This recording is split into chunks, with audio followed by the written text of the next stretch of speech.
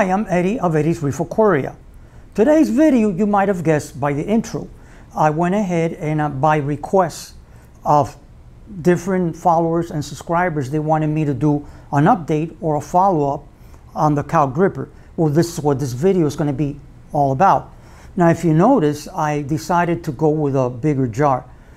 Nothing wrong with the smaller jar. The only thing is that with a smaller jar, it would consume quicker, and I would have to be, doing another mixture, and reloading. And now with this one, it lasts a bit longer, so I don't have to be constantly, it's empty, and then you go ahead and redo another batch and do it. So that's basically the reason why I went ahead and I decided to go with a bigger jar. Now, good news is that yes, it is working. From 7.8, upon testing with the Solifer test kit, it went to 7.9, and now yesterday is at 8.0. So it's headed at the right direction, hopefully. And as I mentioned on the previous video, the purpose of raising the pH on reef aquariums is simply to have higher coral growth. That's basically it. So I hope you enjoyed the video. Before, don't forget to subscribe to my channel, hit that like button, and smash that notification bell. And then at the end, I'll go ahead and I'll put it all together, part A, part B, my observations so far, and what I think about the Kalk Dripper. Okay, so here we are. This is the first coral that I want to draw the attention to all of you out there when it comes to what I believe it's a more than a normal growth pattern. Of course, this Monty cap. I'm going to try to, as we talk about it, if you look here, I know that, really, if you were here, you would appreciate it better. But around the rim, if you look at the rim all around here, you would see like a little whitish growth pattern. I would see that, but not as much as before. Now, back here, this section here, this used to be just like, I would say like up to here. And now it has spread here and it's curving up.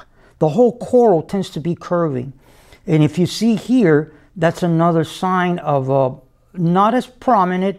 I mean, it didn't grow overnight, but I'm here every day, so I look at the tank constantly, so I can more or less tell what's going on. Now here, with this coral that I'm focused at, I thought I show you what I'm noticing. Okay, this coral was about, I'd say about like up to here. And now it's grown more. It's headed towards the surface. And if you look closely, you will see that this used to be just one head. Well, now it's kind of like creating like a Y. So it's actually splitting. And these two that you see here, it's more pronounced. It's more like when it hits the lights, let me try to aim it better. I'm looking at the camera, but at the same time at the tank.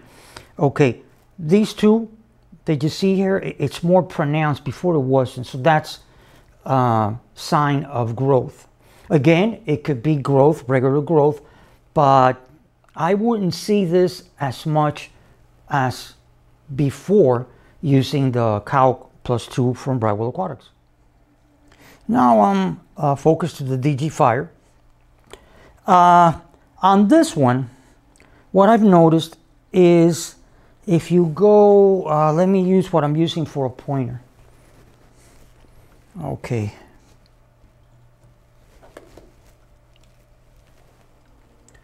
Okay, this growth that you see here, these two protruding from this, it was already happening, but I see it more accelerated. And then here, you really cannot see it that well, but at the tip right there, on the tip, it's like a little tip that comes out like a little nail, and it's like white, which is actually the calcium buildup, the growth, and then of course that'll be covered by the red polyps. That's what I'm seeing from my end here. Now I'm aiming right next to it towards the left, the Cactus Coral. I am seeing a little faster growth on the ends of this coral.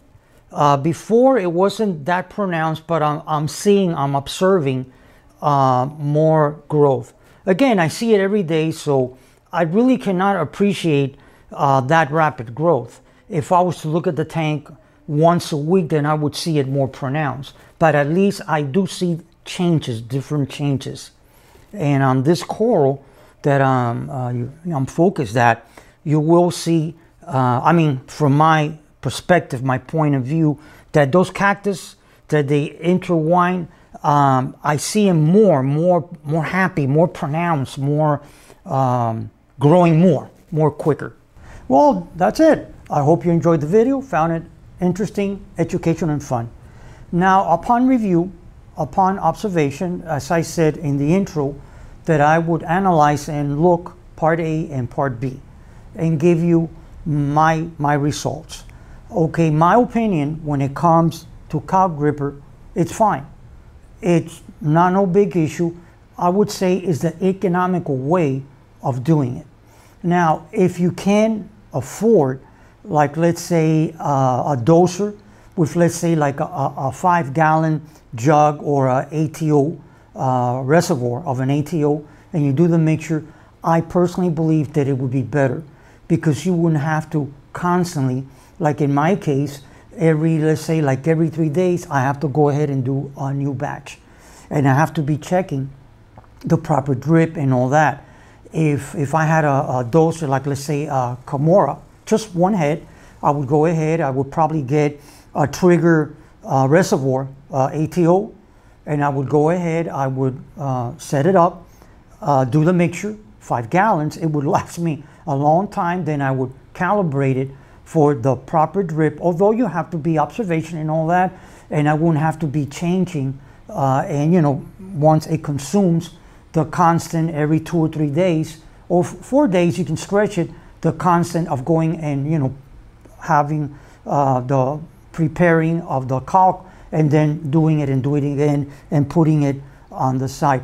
Cosmetically, I do believe that the best way would be actually with a doser, because you wouldn't have the jar on the side. As it is, I have the little fan on the side, you know, but I have the fan now, I have the jug. But for now, if you want to go the economical way, there's nothing wrong with it. The only thing is that it's more tedious. Now, if you had a doser, you go ahead, you get like I was saying, like let's say a trigger system, ATO.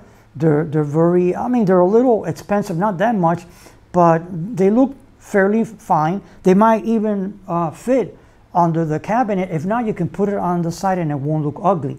And for 5 gallons to drip on this tank, it'll take quite a while, and it's more precise because you can calibrate it on your laptop or on your phone. So it all depends on your pocket, and it all depends if you don't find that it's tedious to be every 3 or 4 days doing a new batch, or if you have it just reloading it, fine, you're going to save money.